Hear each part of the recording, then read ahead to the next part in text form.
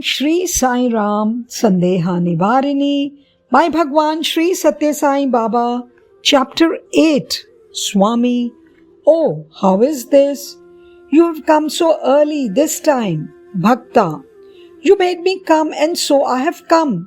Is there anything I can call mine? Swami, that is true, but will even a scrap of paper move without some cause? So too, for you to come so early, there must be some reason. Bhakta, nothing else, Swami. Hearing that you are proceeding to Trivantapuram on the 16th itself at the invitation of Sri Ramakrishna Roy, Governor of Kerala, I felt that I may not get much chance to speak to you if I come on that day only. So I came now. Please forgive me. Swami, that is well done. But why do you ask that I should pardon you? Really speaking, one should not ask for pardon even when one commits wrong. Then why to ask for it when you have done the right thing? Bhakta, Swami, why should we not ask for pardon when we commit wrong? Swami, no.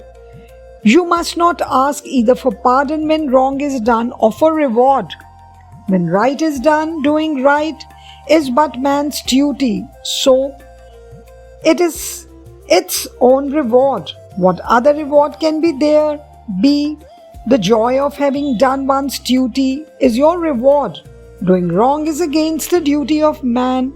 So one should pray repentantly for the intelligence and discrimination necessary for not repeating the wrong already committed. Beyond this, it depends on His grace whether He punishes and protects or pardons and corrects. Bhakta, that is very fine. Henceforward, I shall do so, Swami. Swami, let that be. Are you treasuring the gems given on the birthday and making good use of them? Bhakta, as far as possible, with my maximum effort using the buddhi granted by you, I am putting them into action. Swami, what do you mean by as far as possible? For bhaktas like you, what other task is there greater than this? Why is it not possible? You only need faith and the will. Then it should not be difficult at all to carry out the duty. Bhakta, Swami, you have yourself said that even when there is faith and even when one has the will, putting things into practice may be difficult for want of favorable circumstances and also because the meanings of things may not be grasped clearly. Swami, oh, that means that both these want of favorable circumstances and want of understanding are bothering you. Well, if you have not understood, ask, and if you have no favorable circumstances, tell me what is the obstacle. Bhakta, doubt is the biggest obstacle. What can be bigger than that? Even after hearing so much, that demon catches hold of me off and on. I do not know why. Swami, the first reason for that, you're not having faith in yourself, that you are really Atma Swarupa. The second reason, mistaking the divinity in humanity as humanity only and getting lost in the pursuit of Vishya Vanchalu or sensual desires. This demon of doubt pounces on you for these two reasons only. Instead, if you establish yourself in God, understanding the divinity in humanity as divinity itself, this demon of doubt will not attack you. You simply must give up this adhyasa or superimposition which makes you mix things up. Bhakta, there you use now and then an understandable words that makes me even more confused. Swami, I will never tell you an ununderstandable words. You have no power to understand, so you feel worried. I use them really in order to make you understand their meaning now in what I told you, which is the difficult word. Bhakta, you use the word adhyasa. What does it mean, Swami? Swami, what? You do not know the meaning of that? seeing one form and deluding it to be another, superimposing one thing upon another. Bhakta, how is that? On which object do we superimpose another?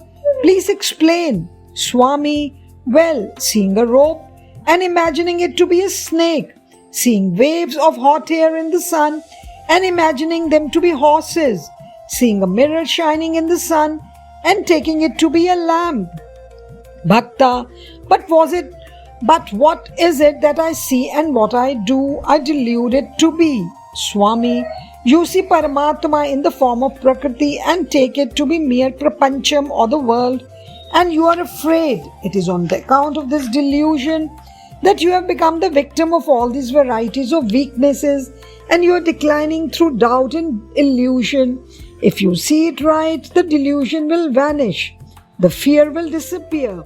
The faith that it is Paramatma will be firmly established in you.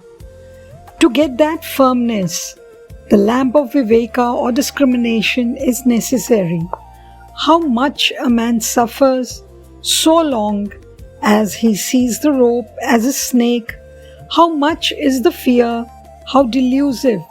Can it be realized how all that fear and delusion vanishes as soon as it was seen in the light? Similarly, these doubts and delusions too will vanish unawares as soon as you know that Prakriti is Paramatma. Imposing a delusion on a delusion, imagining one object to be another, that is called adhyasa, my boy.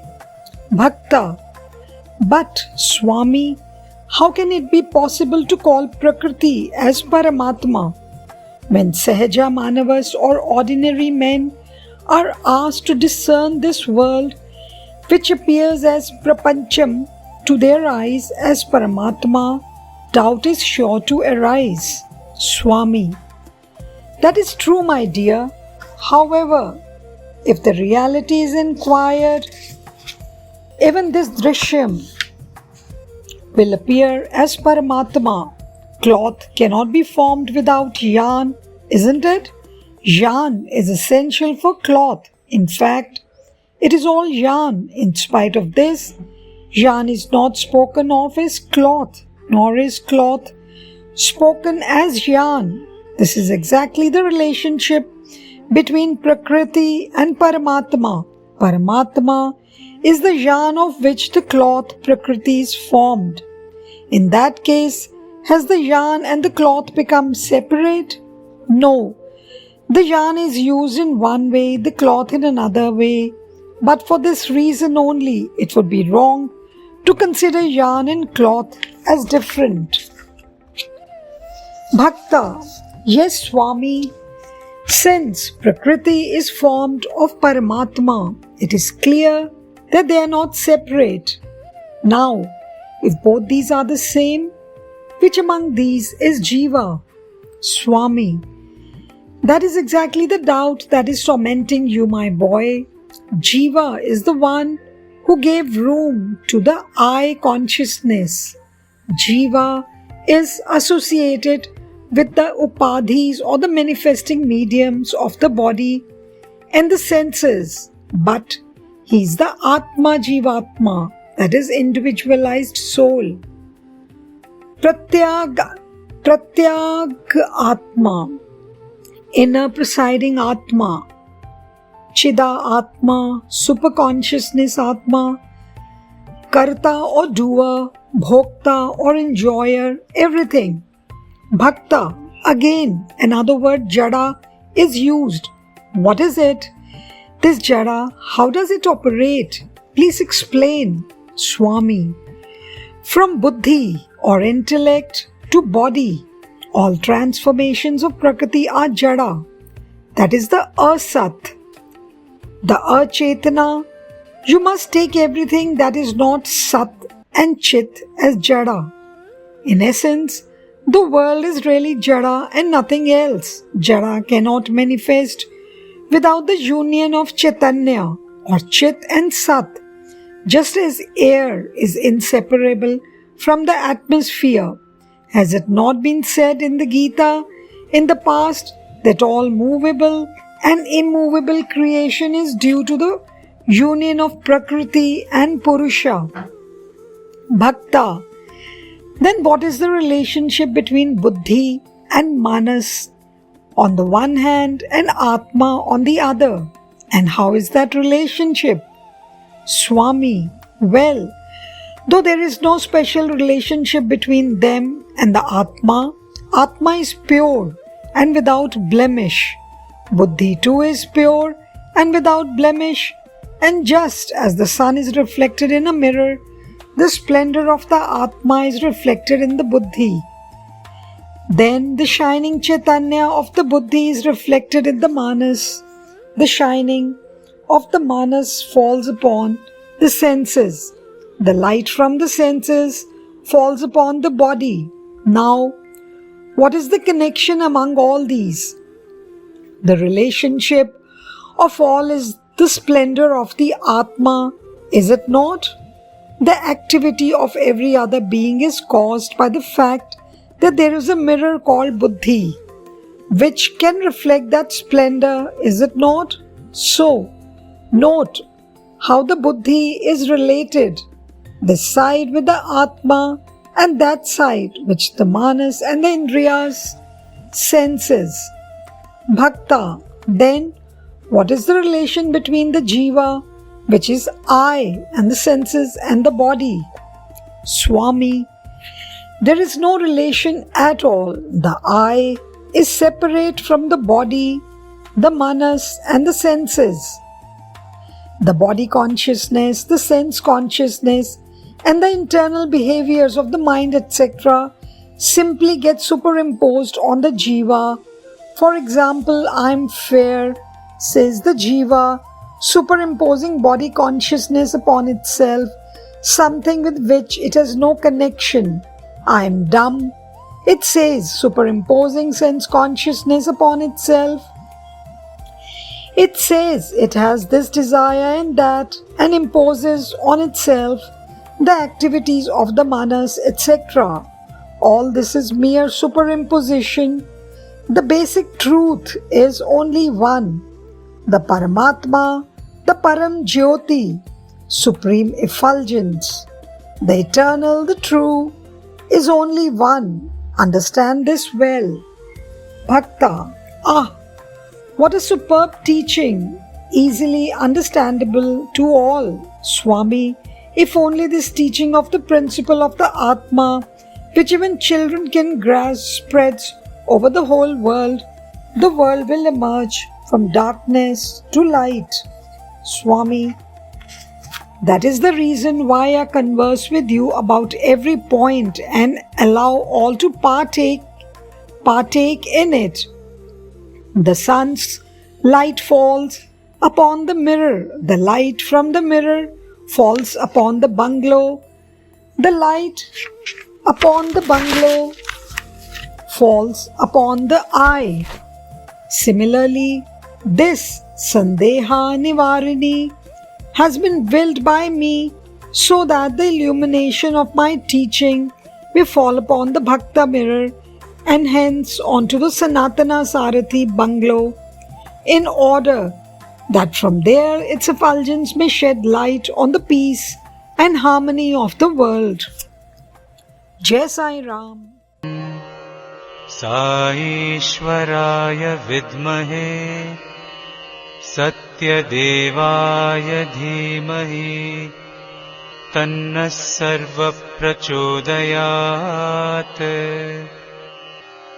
Om Saishwaraya vidmahe Satyadevaya dhimahi Tanna sarva prachodayat. Om Saishwaraya vidmahe Satyadevaya dhimahi Tanna sarva prachodayat. Om